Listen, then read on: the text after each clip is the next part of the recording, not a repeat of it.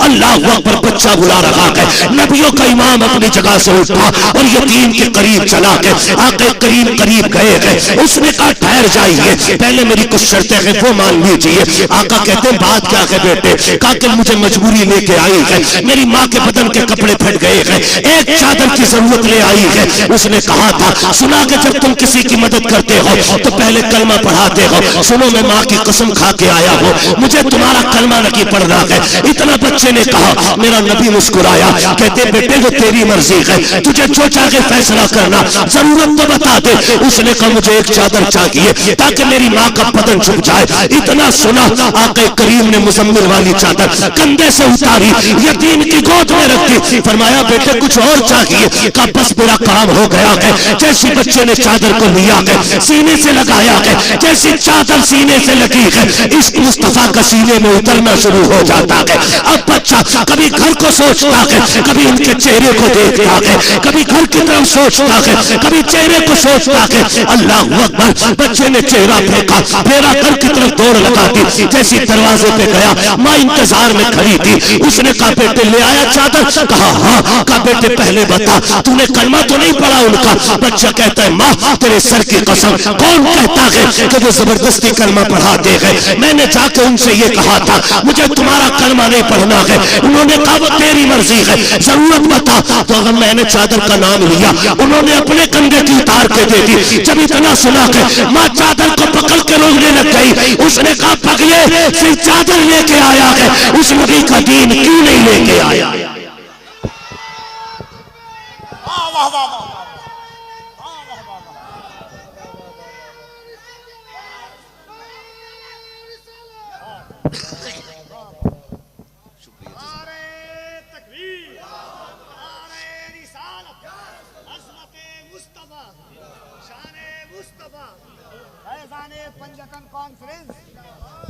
उस्मान ने कहा था पगले खाली चादर लेके आया, उस नबी का दीन क्यों नहीं लेके आया? माँ मैं तेरा फर्माबरदार, तूने कहा था ना कलमा नहीं पढ़ना है। उसने कहा चल उस नबी की चौखट पे लेके चल, तू नहीं मुझे भी लेके चल। और जब माँ बेटी की उंगली पकड़ के हरम की चौखट पे आई, फिर बच्चे ने आवाज दी। हुजूर ने मुड़ के फिर देखा, आका करीम ने पूछा और क्या चाहिए? बरेली से आवाज आती आता है फकीरों पे उन्हें प्यार कुछ ऐसा, खुद भीख दे और खुद कहे मंगते का भला हो। मंगता तो है, मंगता कोई शाखों में दिखा दो जिसको मेरे सरकार से टुकड़ा बने। आका कहते और क्या चाहिए? हाथ जोड़ लिए बेवा ने, आना आमीना के लाल आ तेरे कदमों पे जान निसार करूं। हुजूर आ गए, क्या बात है? का सिर्फ चादर न दे, अपने दामन में जगह दे दे, अपने दामन में जगह दे दे। हुजूर फरमाते ऐसी क्या जल्दी आ गई?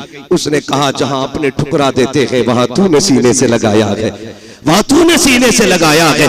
उस औरत ने कहा था महबूब अब जीना है तो तेरे कदमों में जीना है।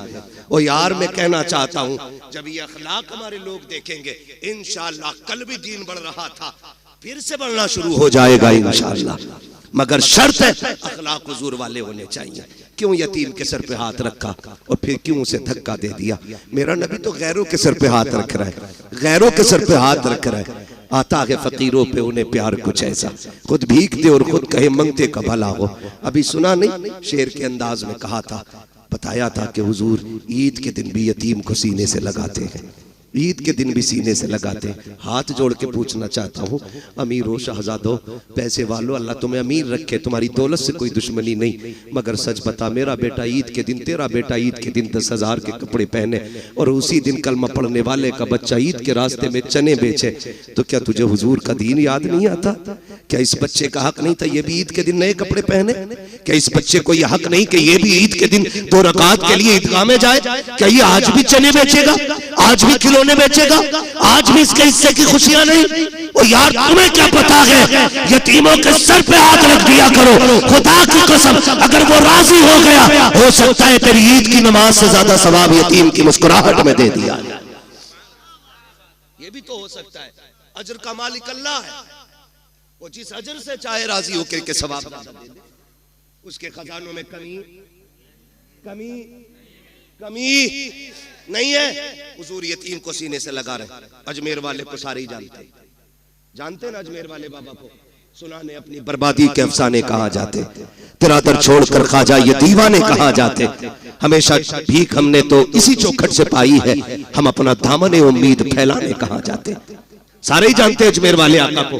सुने बात याद आ गई, सरकार गरीब नवाज जब छोटे थे ना, अम्मी ने नए कपड़े पहना के ईदगाह के लिए भेजा। जब निकले ना, ईद की नमाज पढ़ने आए तो नए कपड़े थे। रास्ते में यतीम बच्चा खड़ा था, उसके कपड़े फटे पुराने थे। कंधे पे हाथ रखा, क्यों ना रखता, करीम इब्ने करीम है, सखी इब्ने सखी, ये नस्ल करीमों की लजपाल घराना है ना। कंधे पे हाथ रखा, यार तूने क्या उलिया बना रखा है, तूने ही नए कपड़े नहीं पहने। बच्चा रो के कहता मेरा कोई भी नहीं है, मेरा कोई भी नहीं है। कौन नए कपड़े पहना था, न माँ है न बाप है, मैं लावारिस हूं। कंधे पे हाथ रखा का फरमाने लगे हम हैं ना, फिर लावारिस कैसा है। कहा आप ईद पढ़ने जा रहे, इतनी जल्दी क्या करेंगे। फरमाने लगे ठीक है, एक काम कर, दो तेरे कपड़े पुराने हैं, दो मेरे कपड़े नए हैं। ऐसा कर, अपनी कमीज मुझे दे दे, मेरी कमीज तू ले ले। एक तेरा नया हो जाएगा, एक मेरा नया हो जाएगा। एक तेरा पुराना हो जाएगा, एक बोले बोल सकते, एक तेरा पुराना हो जाएगा, एक मेरा पुराना हो जाएगा। कपड़े बदल लिए। घर आए, मां ने बेटे का हाल देखा। मोइन जी अम्मी का दो नए पहन के गया था, एक पुराना किधर से पहन के आया। अम्मी एक गरीब खड़ा था, उस पे कपड़े नहीं थे, उसकी कमीज मैंने ले ली और अपनी कमीज उसे दे दी थी। तब मां ने कहा था मेरे लाल तू बड़ा गरीब नवाज है। आज तक दुनिया गरीब नवाज कह रही है, आज तक दुनिया गरीब नवाज कह रही है। हाथ जोड़ के कहना चाहता हूं खुदारा, अपनों के दर्द बांटो। आज दर्द बिखरे पड़े हैं, जलसों की कमी नहीं है, महफिलों की कमी नहीं है, खतीबों की शोरा की कमी नहीं है। मेरे जैसे कितने निकम्मे फिर रहे हैं। आज कमी है तो अहले दिल की कमी है, आज कमी है तो दर्द समझने वालों की कमी है। हाँ, अगर किसी का दर्द देख के तेरी आंख में आंसू ना आए तो फिर जाके रात को लेट के सोच, लुक़्मे हराम के है, ये तरबियत अच्छी नहीं हुई है। खुदारा रवैये अच्छे करें, हम तो अपनों के ना हो सके, गैरों से क्या उम्मीद, गैरों को क्या उम्मीद हमसे होगी। दर्द बांटने के आदी बने, एक दूसरे को प्यार बांटे, एक दूसरे को मोहब्बतें बांटे। आप देखें तो सही, आप जिंदगी के हालात देखें और बख्शिश देखें, नवाजिशें देखें, आप कैसे कैसे नवाजा जाता है। बात बढ़ जाएगी क्योंकि अभी एक मुकम्मल शायर को सुनना है हमें और आपको, ठीक है ना। बात 3 बजने को आ गए हैं, ठीक है। किसी को कहीं जाना है, किसी को कहीं जाना है, लेकिन जाने से पहले एक दुआ के उजाले अपनी यादों के हमारे साथ रहने दो, न जाने किस गली में जिंदगी की शाम हो जाए। जाना नहीं है तुम्हें, तवज्जो है सारे लोगों की। करूं बात आगे, दर्द बांटा करो, एक दूसरे की जरूरत समझा करो, एक दूसरे की जरूरत समझा करो। अभी पढ़ दो, ये शजरा तो आने से पहले ही फरमाइश आ गई थी। हाँ, मैसेज पहुंच जाते हैं पहले, आ रहे हो शजरा जरूर सुनाना। कभी कभी मन में आता खाली शजरा सुनाओ निकल ले, है ना। चलिए खैर, आपकी मोहब्बत है, मैं बात पूरी करने लगा हूं। कहते जरा या रसूल अल्लाह। जितने थक गए हैं वो आहिस्ता से, और जो अभी नहीं थके वो कहते जोर से या रसूल अल्लाह।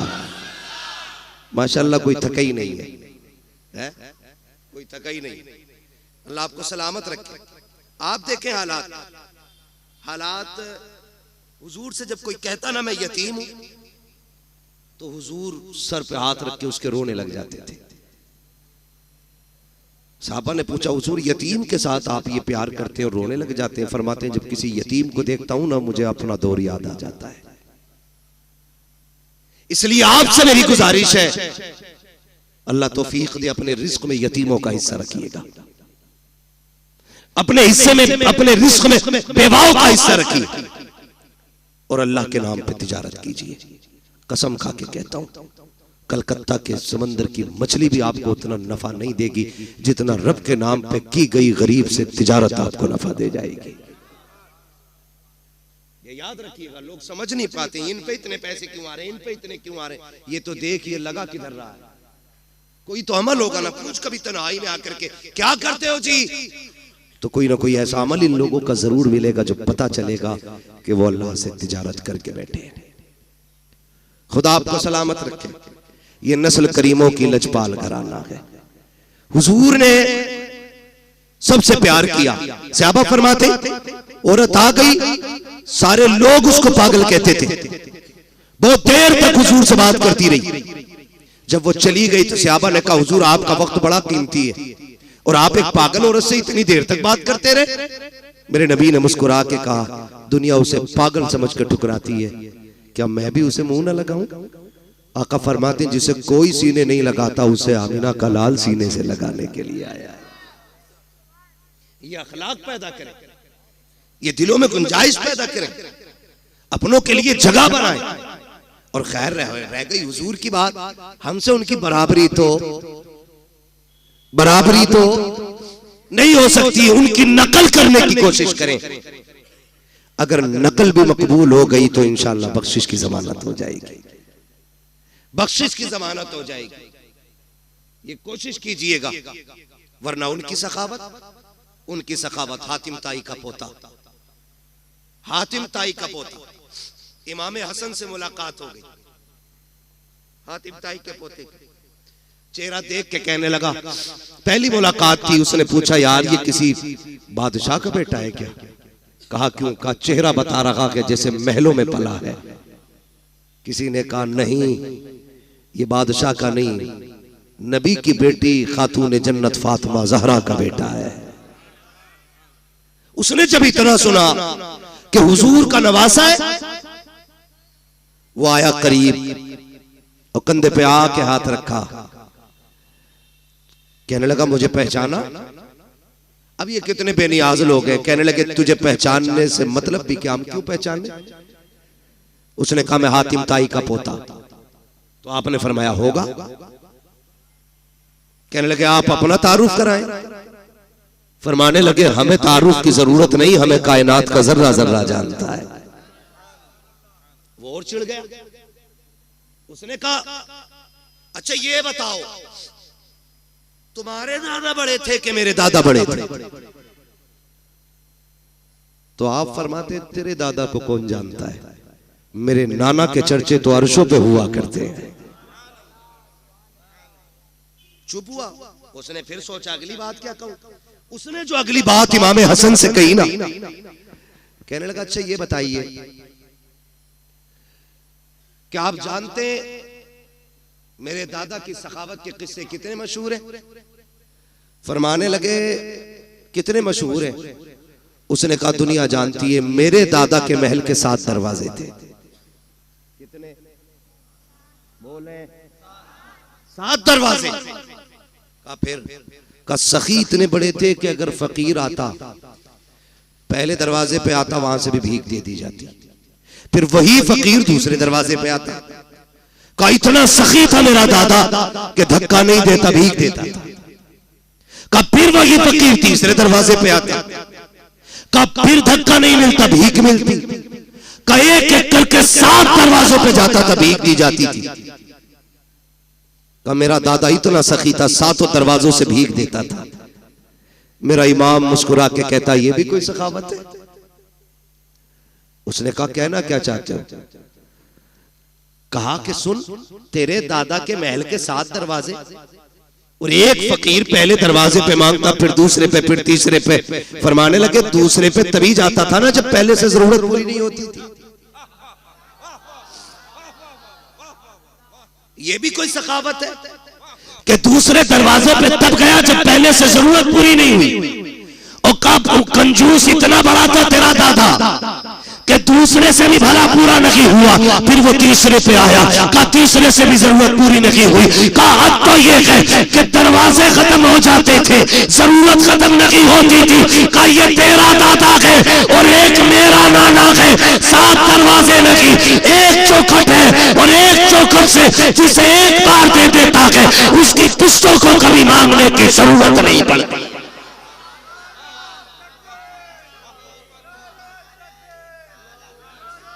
नारे तकबीर, नारे रिसालत, फैजाने पंजतन कॉन्फ्रेंस। सुभान अल्लाह, क्या बात है मुफ्ती साहब। कौन देता है देने को मुंह चाहिए, देने वाला है सच्चा, देने वाला है सच्चा हमारा नबी। आखिरी बात अर्ज कर दो, तवज्जो है। अल्लाह से हुजूर का सदका मांगे। फक्र फाका भूख तंगदस्ती कभी आ जाए तो हराम की तरफ हाथ नहीं बढ़ाएंगे इंशाअल्लाह। सारे वादा करें इंशाअल्लाह कभी हराम की तरफ हाथ नहीं बढ़ाएंगे। फाका कर लेना, फाका कर लेना। फाका करना ऐब नहीं है, हराम का एक दाना खाना भी ऐब होता है। जिस तरह गलत दवा डालने से फसल तबाह हो जाती है, उसी तरह गलत रोजी खिलाने से नस्ल तबाह हो जाती है। इसलिए कभी हराम नहीं खाना। हलाल की बरकतें ही अलग होती है। हलाल के लुकमे खाने वालों की नस्लें कभी फरीद बनती हैं, कभी निजाम बनती हैं, कभी बख्तियारे काकी बनती हैं, कभी साबिरे कलियरी बनती है, कभी अहमद रजा बनती है, कभी मुस्तफा रजा बनती है। हाँ, ये हलाल खाने वालों की नस्लों की बरकत है। जो हलाल खाते गए ये उनके लुकमों की अल्लाह ने बरकतें रखी हैं। और यहां तो सारी सरकारें सुरकाही के मानने वाले लोग बैठे है ना। सरकारें सुरकाही कहीं तशरीफ लेकर के गए, सफर करते थे, तांगे से घोड़े से गए, उतरे और किसी मुरीद ने घोड़ा लिया, कहीं बांध दिया। अब हजरत की तो मेहमान नवाजी चली रही थी। किसी ने सोचा लाओ हजरत के घोड़े को भी चारा डाल दे, तो वही पास के खेत से ना कुछ काटा और डाल दिया। थोड़ी देर बाद हजरत को खबर पहुंची, घोड़ा बीमार हो गया। आप आए, देखा, कहने लगे बताओ बांधा किसने था? यहाँ किसने बांधा था ला करके? हुजूर फला ने बांधा था। कहा इसे खिलाया क्या था? कहा हुजूर इसे चारा डाला था। चारा कहां से लाए थे? कहा खेत से काटा था। कहा पूछा था मालिक से? कहा नहीं। फरमाते बस मेरे घोड़े को कोई बीमारी नहीं लगी है। कहते पूरी जिंदगी ना मैंने हराम का खाया है ना मेरे घोड़े ने हराम का खाया है। कहते हैं ये जो बीमारी समझ रहे हो ना, ये बीमारी उस हराम हरियाली की है जो बिना इजाजत तुमने मेरे घोड़े को खिला डाला।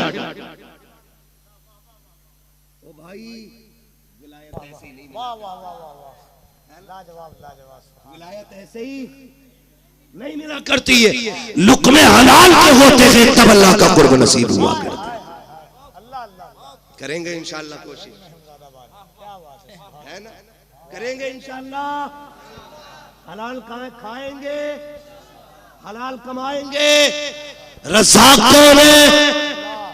सारे बोलो कौन? रोज़ी कौन देता है? अल्लाह। जिसे ना मिलती है हुजूर का वसीला दे के मांगे,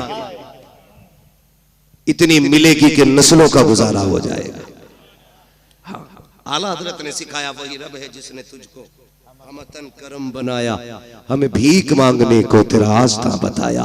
तुझे हमद है खुदाया, तुझे हमद है खुदाया। वो कवारी पाके मरियम व नफख्तु फीह का दम है अजब निशान आजम, मगर आमिना का जाया वही सबसे अफजल आया, वही सबसे अफजल आया। तुझे हमद है खुदाया, तुझे हमद है खुदाया। यही बोले सिदरा वाले ये चमने जहां के थाले, सभी मैंने छान डाले तेरे पाए का न पाया। तुझे यक ने एक बनाया, तुझे यक ने एक बनाया। तुझे हमद है खुदाया, तुझे हमद है खुदाया। मांगेंगे अल्लाह से हलाल रोजी की तौफीक इंशाअल्लाह। हाँ, बस फरमाइश रह गई है मेरे भाई की, हुजूर का शजरा पढ़ना है, ठीक है ना? मैंने 3 बज गए, ज्यादा मेरी भी तबीयत थोड़ी खासी ठीक नहीं है, चलो 1 घंटा मैंने जो फर्ज है ना खतीब का वो मैंने अदा कर दिया, ठीक है? उसके बाद ऊपर को तो फिर उसकी तरफ से इनाम होता है, 15 बोल दे, 20 मिनट एक्स्ट्रा बोल दे, ठीक है ना? खुदा आपको सलामत रखे। ये हमारे बड़े जिम्मेदार लोग हैं। ये वो लोग हैं कि जो बिना किसी लालच में हुजूर की महफिल में आए बैठे हैं, और इन्हीं के साथ साथ आप भी वो लोग हैं जो सिर्फ इसलिए आए बैठे हैं। हर एक दिल की तमन्ना होगी, सुना के आप हर आशिक के घर तशरीफ लाते हैं, मेरे घर में भी हो जाए चरागा। हाँ, आपने पंजतन के नाम से महफिल सजाई है। इस मोहब्बत का तज़किरा मैं क्या करूं, बस इतना समझे। मेरे हुजूर ने फरमाया था, लोगों अली से प्यार करना, मेरे अली की आल से प्यार करना। हुजूर क्यों फरमाया, मेरे अली की मोहब्बत तुम्हें कब्र में भी काम आएगी, हश्र में भी काम आएगी, फुलसिरात में भी काम आएगी और मीज़ान में भी काम आएगी। ये मेरे हुजूर ने खुद फरमाया। तो ये पंजतन मैंने नाम लिए, और ये कितना बड़ा नाम है, जिस नाम को लो तो सिर्फ सर नहीं दिल भी झुक जाया करते हैं। सैयदा तय्यबा ताहिरा आबिदा जाहिदा नकिया तकिया राकिया साजिदा जाहिदा सैयदा खातून जन्नत सैयदा फातिमा ज़हरा रज़ी अल्लाह तआला अन्हा। ये भी एक बहुत बड़ा नाम इस पंजतन में शामिल है। अलग अलग अगर बात करूं तो अब फिर 1 घंटा और चाहिए। अभी मैंने सिर्फ हुजूर पे बात की है, और हुजूर के भी करम पे बात नहीं की है, सिर्फ हुजूर की अखलाक की एक झलक की मैंने आपके सामने बात की है। हाँ, मेरा महबूब सर से लेके पैर तक अखलाक का मरकज बन के आया है, मरकज बन के आया है। एक एक बात पे महीने नहीं सालों गुजर जाएंगे, आखिर में यही कहना पड़ेगा, जिंदगी खत्म हुई और कलम सूख गए, तेरे औसाफ का एक बाप भी पूरा ना हुआ। हाँ, मेरे जैसे 1400 साल से कितने आए और आकर के चले गए और आके जाते रहेंगे, लेकिन हुजूर के जिक्र का हक कमा हक को अदा नहीं हो सकता है। मेरी पूरी तकरीर ये थी कि हमें हुजूर के अखलाक का एक पल ये लेना है कि हमें इंशाअल्लाह गरीब यतीमों की दिखावे के लिए नहीं, रब की रजा के लिए मदद करेंगे इंशाअल्लाह। हाँ, वरना बड़े बेगैरत होते, एक खजूर 3 लोग, एक केला 5 लोग। फोटो मैंने देखा बरेली शरीफ में, खानका के अंदर का मसला था। तो सुभानी मियां के यहाँ बैठे हुए थे, मुझे बात याद आ गई। कोई बात थी तो अखबार वाले आए हुए थे। जैसे ही फोटो खींचने की बारी आई ना, तो लोगों ने ये नहीं देखा कि सज्जादा नशीन बैठे हुए, फोटो के चक्कर में उनके ऊपर चढ़ गए। उन्होंने गुस्से में कहा, सालिमो इतना लालच फोटो खिंचवाने का है? फिर कहने लगे, ये कौम इतनी जालिम हो गई है, फोटो के चक्कर में अगर आला हजरत पे भी चढ़ना पड़े तो ये चढ़ के फोटो खिंचवा ले। ये शोहरतों की भूख है जो किसी गरीब की गुर्बत का तमाशा बना देती है। मुट्ठी बंद करके दे, तेरा क्या जाता है? और जो तू दे रहा है, माँ के पेट से लेके तो पैदा नहीं हुआ, ये दिया किसने? बोले सारे, किसने दिया? अल्लाह ने दिया। कभी यतीम देखा करो तो ये सोच के सर पे हाथ फेर दिया करो, शुक्र है अल्लाह ने मेरे बच्चों के सर पे उसके बाप का साया रखा है। ये भी तो हो सकता था उसका बाप जिंदा होता और तेरे बच्चे यतीम होके गलियों में टहल रहे होते। करम है, उसने साया बना रखा है। दुआएं मांगा करो, अल्लाह बच्चों के सर पे बाप का साया रखना, वरना मुश्किल हो जाती है जिंदगी।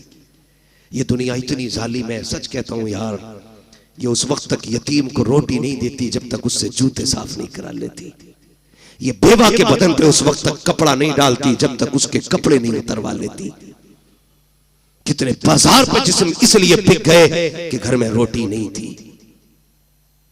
और हम ज़कात के लिए बिरादरी ढूंढते रह गए, पेशावर लोग तलाश करते रह गए। जरूरी नहीं है जो हाथ नहीं फैला रहा है वो जरूरतमंद नहीं। कभी पड़ोस के खामोशी से भी समझ ले, रमजान में अगर पड़ोस में चूल्हे का धुआं ना उठे तो एक बार पूछ लेना, क्या बात है आज इफ्तारी में चूल्हा नहीं जला, आज कुकर की सीटी की आवाज ना आई। अगर वो चुप हो जाए तो समझ लेना आज चूल्हा खाली रह गया है। फिर अपने घर का सारा खाना उठा, रब ने तुझे इस्तिताअत दी है तो उस भूखे के बच्चों को जाके खिला। कसम खुदा की हम खाएंगे गंदगी बन के निकल जाएगा, यतीम गरीब खाएंगे हल्का लुकमा हलक से उतरेगा, दुआ बन के अल्लाह के अर्श से जाके टकरा जाएगा। ये कोशिश करनी है इंशाअल्लाह। ये आज मेरी पूरी तकरीर का इतना निचोड़ है, जितना मैंने कह दिया आपसे करेंगे इंशाअल्लाह, और रोजी भी खाएंगे तो हलाल खाएंगे इंशाअल्लाह। उम्मीद है यहाँ जितने बैठे हैं हलाल वाले बैठे होंगे, इसलिए कि हुजूर की महफिल में हराम खाने वाले नहीं आया करते हैं। यही उम्मीद की जाए ना। अब ठीक है, जिन्हें शजरा सुनना जरा बोल दे सुभान अल्लाह। इतनी जोर से कहने पे तो मैं नमाज जनाजा नहीं पढ़ाऊंगा। आप तो शजरे की बात कर रहे हो, ऑपरेटर साहब ईमानदारी से अब इसकी आवाज बढ़ा दो, है ना, वरना हमारी आवाज इतनी घट जाएगी कि मौलवी कम हो जाएगा। बोले जरा इधर वाले लोग ये ना समझे आप बाहर बैठे, आप भी हुजूर की महफिल में बैठे, आप भी हुजूर की महफिल में बैठे, आप भी बोलो जरा सुभान अल्लाह। पता लगना चाहिए ना सारे हुजूर के गुलाम बैठे है ना। तो आजाद भाई तो पता नहीं किधर होंगे, लेकिन मसला कोई नहीं है, मुझे पता है उसको छुट्टी ना मिली जिसने सबक याद किया। वो कहा था मकतब इश्क का अंदाज निराला देखा, उसको छुट्टी ना मिली जिसने सबक याद किया। ठीक है ना, उल्टा ही हो जाता। अक्सर जो है ना दावत करने वाला बांटने वाला भूखा रह जाता है, कभी साके कभी फाके, कभी अकेला ही बैठा रह जाता है और कभी सारी बांटने में खत्म हो जाती है। तो जिम्मेदारी बड़ी चीज होती है, बड़ी चीज होती है। अल्लाह इन्हें सलामत रखे। इस जलसे की उम्र कोई इशा से लेके फजर तक नहीं है, जब से तारीख मुकर्रर होती है तभी से जलसे का आगाज हो जाया करता है। दुआ करें अल्लाह इन लोगों को सलामत रखे। इन्हीं लोगों के जरिए मुझे आप तक ये बात कहने का मौका मिल गया है, वरना न बुलाया होता ना मुझे आपसे ये बात करने का मौका मिलता। ये भी तो हो सकता है इस महफिल में कोई इतना अच्छा बैठा हो जिस पर नजर पड़ जाए तो अल्लाह मुझे बख्श दे। क्या पता कौन इस बड़ी महफिल में एक जन्नती बैठा हो। कोई तो आया होगा ना, जहां 40 होते वहां एक वली होता है, तो यहां तो 40 नहीं कई 40 बैठे। अगर मैं कहूं कई 40 में बैठे तब भी कोई गलत नहीं है, क्योंकि हम तो सुन्नी लोग हैं। हमारा उम्र 40वां है तो फिर महफिल में 40वां क्यों नहीं होगा, है ना। नहीं मत बुलाओ बेचारों को, काम में लगा रहने दो, बस मुझे शजरा पढ़ना। अब जरा बोल दे सुभान अल्लाह।